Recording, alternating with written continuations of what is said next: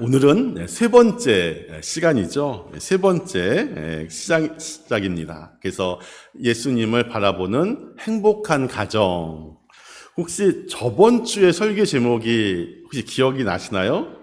그리스도 안에 있으면 행복한 가정이었고, 이번 주는 예수님을 바라보는 행복한 가정이라는 제목으로 말씀을 살펴보도록 하겠습니다. 데이비드 베너라고 하는 사람이 거룩한 사귐을 사귐의 눈뜨라라고 하는 책을 2007년도에 우리나라 말로 번역을 하였는데, 이 책에 보면 부부 생활에 대해서 이야기한 내용이 나옵니다. 그래서 거기에 보면 그리스도의 부부들은 영적으로 서로 사귐이 있어야 하고 또 영적인 동지가 되어줘야 한다라고 하는 말씀이 그 책의 요지입니다. 그러니까 한 여성이 강의를 듣던 도중에 화를 내면서 뭐라고 이야기하냐면, 우리가 결혼 생활을 유지하고 있는 것이 얼마나 힘든 줄 아십니까? 또 여기에 영적인 우정을 더하려니 우리 보고 죽으라고 하는 말입니까? 라고 화를 내면서 이야기를 했다고 합니다. 혹시 이 말에 동의하시는 분은 안 계시죠? 네. 그러나 부부 관계에 대해서 또 주님이 주시는 교훈은 우리를 얽매이고자 하는 것이 아닌 더 풍성한 관계로 이끄시고자 하시는 것입니다. 이것은 주님의 명령이죠. 주님께서 부부에게 하신 명령은 많지 않습니다. 단 한 가지이죠. 그래서 뭐라고 이야기하냐면, 아내는 남편에게 예수님께 대하듯 순종하고, 아내에게는 남편에게 순종하고, 남편은 아내를 예수님처럼 모든 허물과 잘못까지도 다 덮어주고 사랑하라라고 말씀하고 있습니다. 그러니까 아내는 순종하고 남편은 아내를 사랑하라라고 하는 아주 간단한 말씀을 우리에게 주셨습니다.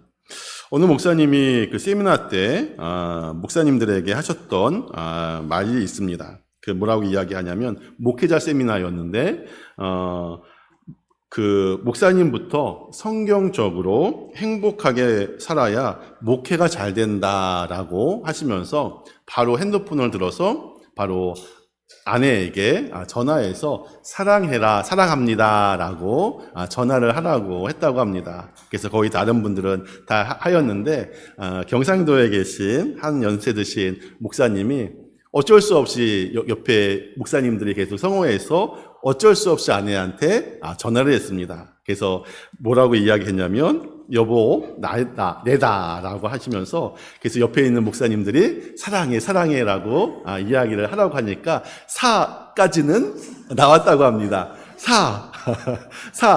사까지 나왔는데, 그 다음에 뭐라고 이야기를 했냐면, 사찰 집사님은 잘 계시냐라고 하면서 전화를 끊었다고 합니다. 목회자 가정이라고 해서 그 아내가 남편에게 순종하고 또 남편은 아내를 사랑하는 것이 결국 쉬운 일은 아니죠. 간단해 보여도 실제로 살아내려고 하면 정말 쉬운 것이 아닙니다.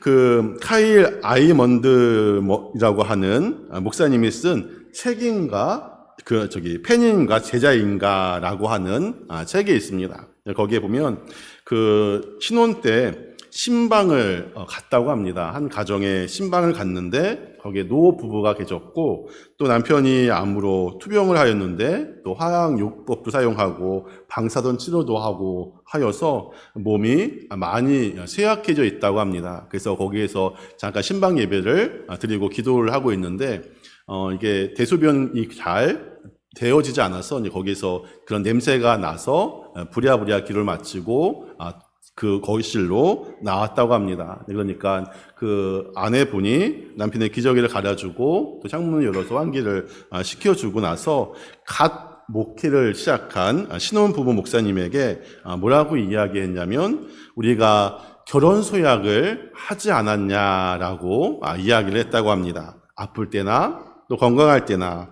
결혼 서약을 할 때 했던 말이죠. 그래서 아플 때나 건강할 때나 순종하고 사랑하겠다라고 약속하였다라고 이야기를 합니다. 그래서 지금 상황이 그런 상황이다라고 그 갓 결혼한 신혼부부 목사님에게 이야기를 했다고 합니다.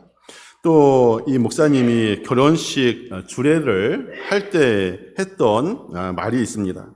저도 결혼식 그 주례를 한번 3번 정도 한 적이 있습니다. 그래서 저도 목사님이 주례를 하여서, 담임 목사님이 주례를 하여서 결혼을 하였는데, 결혼을 이렇게 끝나고 나서 보면 목사님이 무슨 말씀을 하셨는지 기억이 남지 않습니다. 하여튼 좋은 말씀을 해주신 것 같은데, 네, 결혼식을 장에 들어갔다가 나오면 무슨 말을 했는지 기억이 나지 않아서 저는 항상 그 결혼식을 하게 되면 설교 원고를 어디에 끼워주냐면 성원선언문은 있습니다. 그래서 다른 건 몰라도 성원선언문은 꼭 챙겨가기 때문에 성원선언문 뒤에다가 그 주례 원고를 놓고 그다음에 성원선언문을 이렇게 덮어줍니다. 그럼 나중에라도 한번 볼 수 있기 때문입니다. 그래서 이 결혼식 주례를 하면서 뭐라고 이야기를 하냐면 신부에게 뭐라고 이야기하냐면 제가 한번 읽어드리겠습니다. 이제 당신이 결혼하고 1년쯤 지나 예쁜 속옷을 입고 침실로 들어가면 배불뚝 아저씨가 기다리고 있을 것입니다. 침대에 누워 시리아를 접시채로 털어놓고 우걱우적 씹으며 축구 경기를 보고 있겠지요. 남편은 시리얼을 떠먹는 중간 그 스푼으로 가려운 등을 긁을 것입니다. 그래도 이 결혼에 서약하겠습니까? 라고 묻는다고 합니다. 또 황홀해하는 신랑에게도 뭐라고 이야기하냐면 그 즈음 아내는 당신의 어머니처럼 말하기 시작할 것입니다. 시리얼을 먹을 때 소리 내지 마. 식탁 위에서 먹어. 잔소리를 하겠지요. 말만 아니라 몸매도 어머니처럼 변해 있을 것입니다. 그래도 결혼 서약을 하시겠습니까? 라고 묻는다라고 이야기를 합니다. 우리는 이미 다 결혼 서약을 하였죠. 그래서 어느 때나 배우자에게 순종하고 또 배우자를 사랑하겠다라고 말한 사람입니다. 그것은 어떤 의미를 가지냐면 우리가 배우자가 승진을 할 때나 또 해고를 당할 때나 또 임신을 할 때나 또는 유산할 때나 또 집을 구입했을 때나 또 집을 작게 옮기는 경우나 또 근사한 외식을 할 때나 라면을 먹을 때나 또 건강할 때나 늙어서 휠체어를 탈 때나 순종하고 사랑하겠다라고 하는 뜻입니다. 우리가 이 서약을 자꾸 잃어버리니까 그러나 결혼 서약을 했어도 부부 사이는 쉽지 않죠. 순종하고 사랑해야 한다는 것은 알지만 그대로 되어지기가 쉽지는 않습니다. 그래서 도대체 어떻게 말하기보다는 도대체 무슨 능력으로 또 어떻게 배우자에게 순종하고 그를 사랑할 수 있는지 나누고자 합니다. 우리가 배우자를 볼 때, 또 다른 남편을 볼 때, 그리고 아내를 볼 때 예수님을 바라보아야 바로 순종하고 사랑할 수 있습니다. 그러니까 우리가 남편을 바라보고 아내를 바라보고 다른 사람을 바라볼 때 무엇을 또 바라보아야 하냐면 예수님을 바라보는 그러한 마음이 우리에게 있어야 합니다. 많은 사람들이 부부가 싸우는 것이 정상이다라고 이야기를 합니다.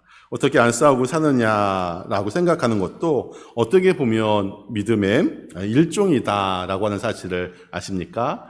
목회자 부부는 싸울까요, 안 싸울까요? 저희도 잘 싸웁니다. 저희가 수요일 날 했던 말 있죠. 저희 아내가 저번에 있던 교회 신혼 때였죠. 신혼 때 목회를 하는 수요일 날인데, 대판 이렇게 말싸움을 하고 집을 나갔습니다.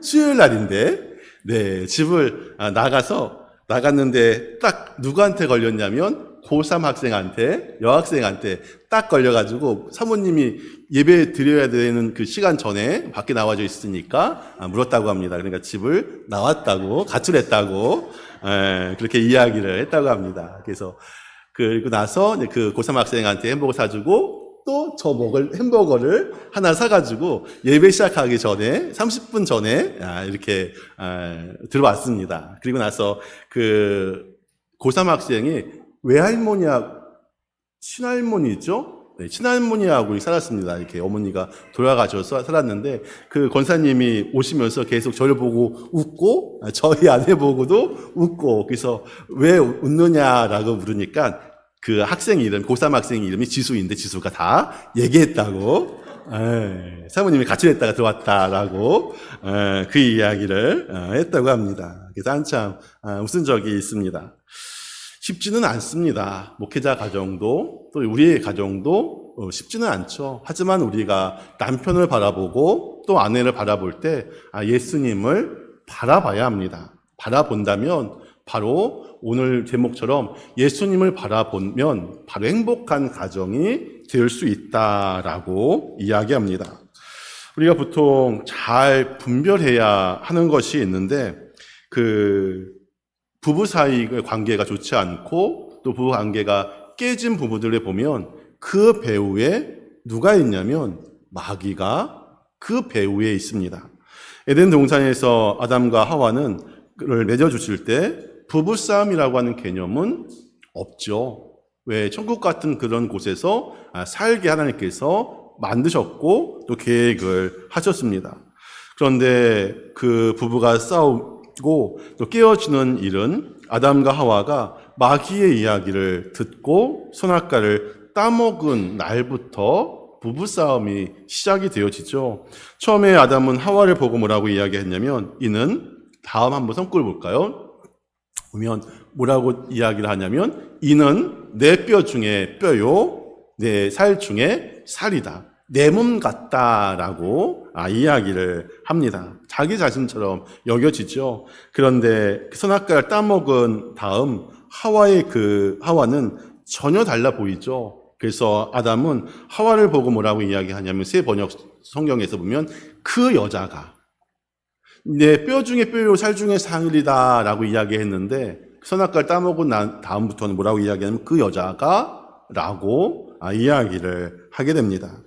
부부 사이에 그 문제가 생긴 것은 죄 때문이죠. 죄 때문에 그것이 생기게 됩니다. 우리는 부부 관계를 깨트리려고 하는 사탄의 전략을 알아야 합니다. 사탄은 온 인류를 파괴하기를 원하시죠. 그래서 어디를 치냐면 가정을 제일 먼저 친다라고 하는 사실입니다. 그래서 가장 기본적인 그런 작은 단위가 가정이고 또 그 중심에는 부부가 있습니다. 그 사탄이 남편과 아내 사이를 치는 것이죠. 무섭고 악한 마귀의 역사라고 하는 점을 우리가 정확하게 알고 있어야 합니다. 앞으로 부부 문제가 더 심각해질 수 있습니다. 그래서 우리가 배우자를 볼 때 또 다른 사람을 볼 때 예수님을 보아야 합니다. 예수님을 보는 그런 삶을 살아가야 합니다.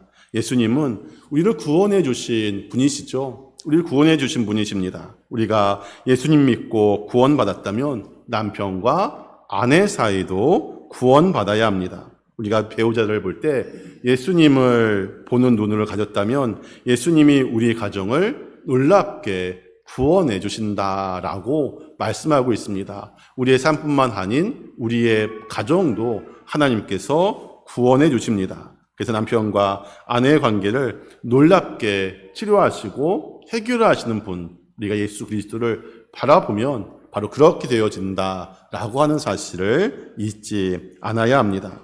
그래서 예수님께서 우리가 어떤 문제가 있든지 또 가정에 문제가 있고 부부에 문제가 있고 또 자녀에게 문제가 있어도 그 문제를 해결하실 수 있는 분은 우리 자신이 아니죠. 우리가 아닌 바로 예수님께서 그 문제를 해결해 주시겠다라고 말씀하고 있습니다. 너가 해야 할 일은 단 하나. 내가 모든 문제를 다 해결해 줄 것인데 단 하나. 나만 바라봐. 나만 바라보라라고 주님께서 우리에게 말씀을 하고 있습니다. 오늘 본문이었던 히브리서 12장 1절과 1절 앞부분에 있는 말씀을 보면 이 말씀은 우리가 잘 알고 있고 제가 성구로도 여러 번 했던 말씀인데 중요한 메시지가 바로 히브리서 1절과 2절에 중요한 말씀이 담겨져 있습니다. 같이 한번 읽어보겠습니다. 시작.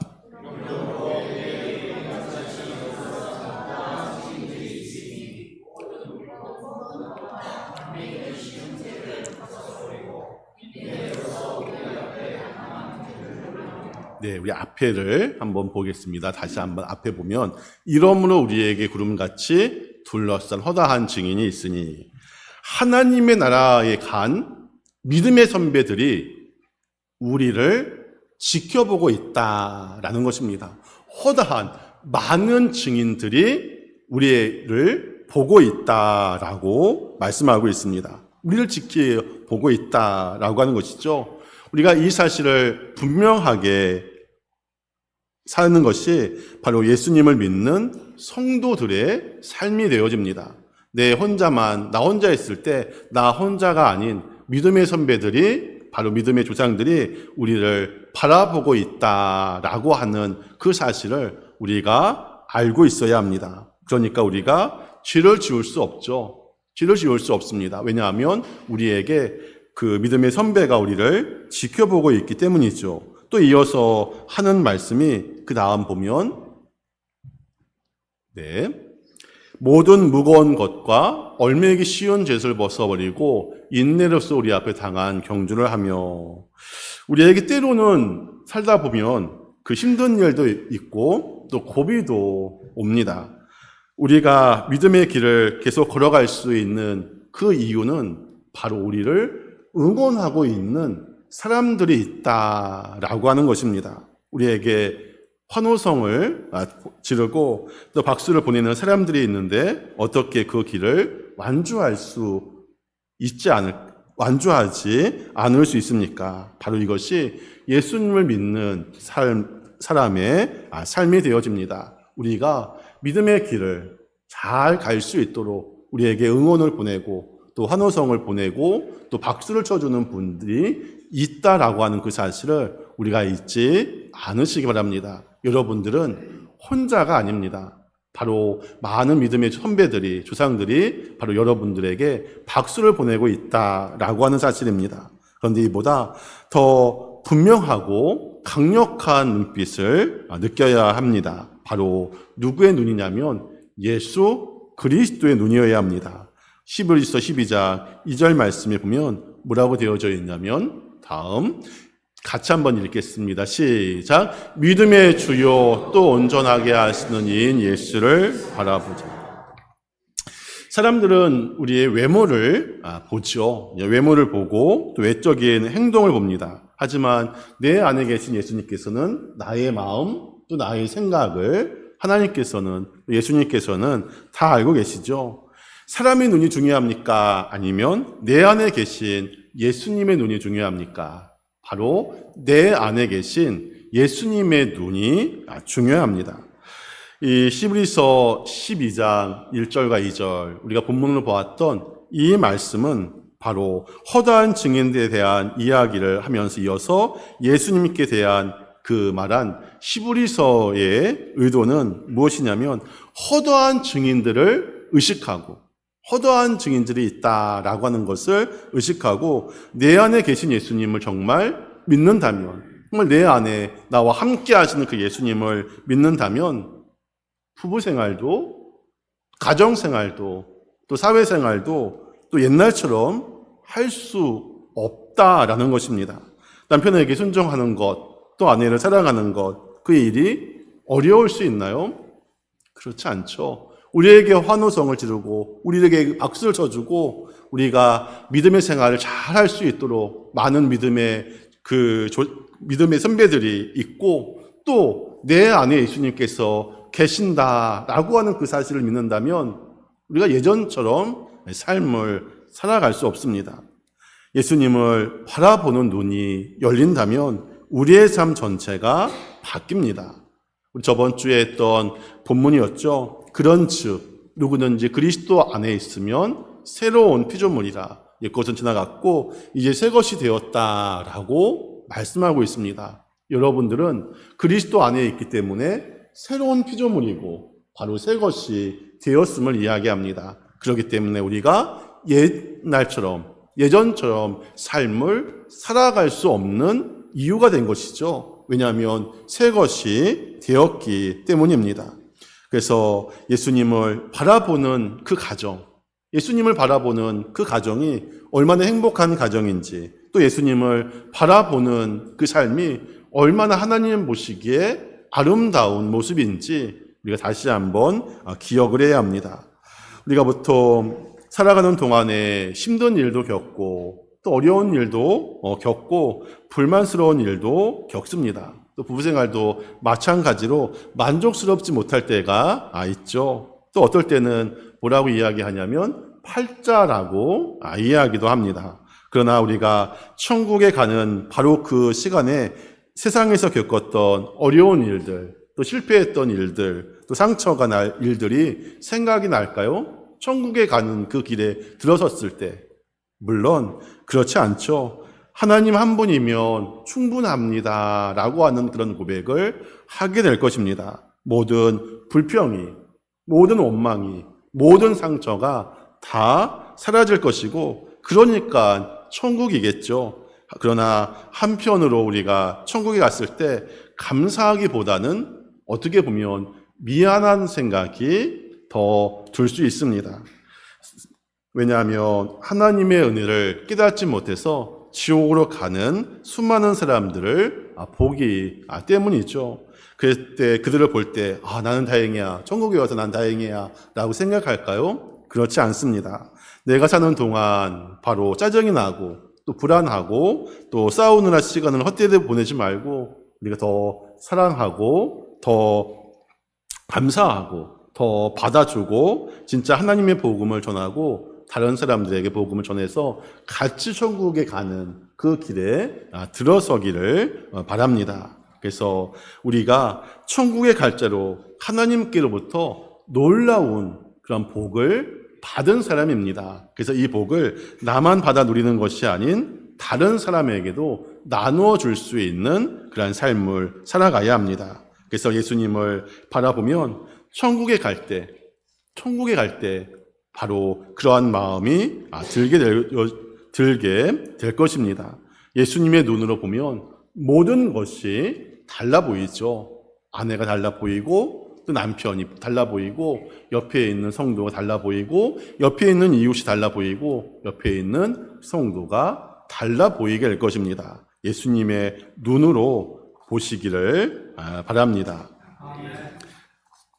말씀을 정리하겠습니다. 우리가 예수님을 믿었다면, 우리가 예수님을 우리의 마음속에 영접하였다면, 그렇다면 순종하지 못할 남편이 없고 또 사랑하지 못할 아내가 없습니다. 예수님을 잘 믿으면 어떻게 되어지냐면 아내가 세상에서 예뻐 보입니다. 예뻐 보이죠? 아내가 예뻐 보이지 않는다라고 한다면 정말 내가 예수님을 잘 믿고 있는지 다시 한번 점검해 보시기를 바랍니다. 또 예수님을 바라보면 남편이 세상에서 제일 멋져 보입니다. 정말 남편이 멋져 보이지 않는다면 내가 정말 예수님을 바라보는 인생을 살아가고 있는지 다시 한번 우리의 삶을 되돌아봐야 합니다. 주님은 부모의 눈으로 우리를 바라보시죠. 부모의 마음으로 우리를 바라보십니다. 부모의 눈에는 어떻게 했죠? 세상에서 자기 아들, 딸이 제일 귀하고 또 제일 아름답고 제일 멋지죠. 예수님의 눈에는 내 남편이 그리고 우리 아내가 제일 훌륭하고 예쁩니다. 바로 우리 가정의 가장 핵심은 부부입니다. 우리가 늘 그리스도 안에서 배우자를 정확한 눈으로 보아지기를 원합니다. 그냥 내 눈으로 내 생각을 보는 것이 아닌 예수님의 마음으로 예수님의 생각으로 모든 사람을 바라보는 믿음의 복된 삶을 살아가시기를 주님의 이름으로 축원을 드립니다. 기도하겠습니다. 예수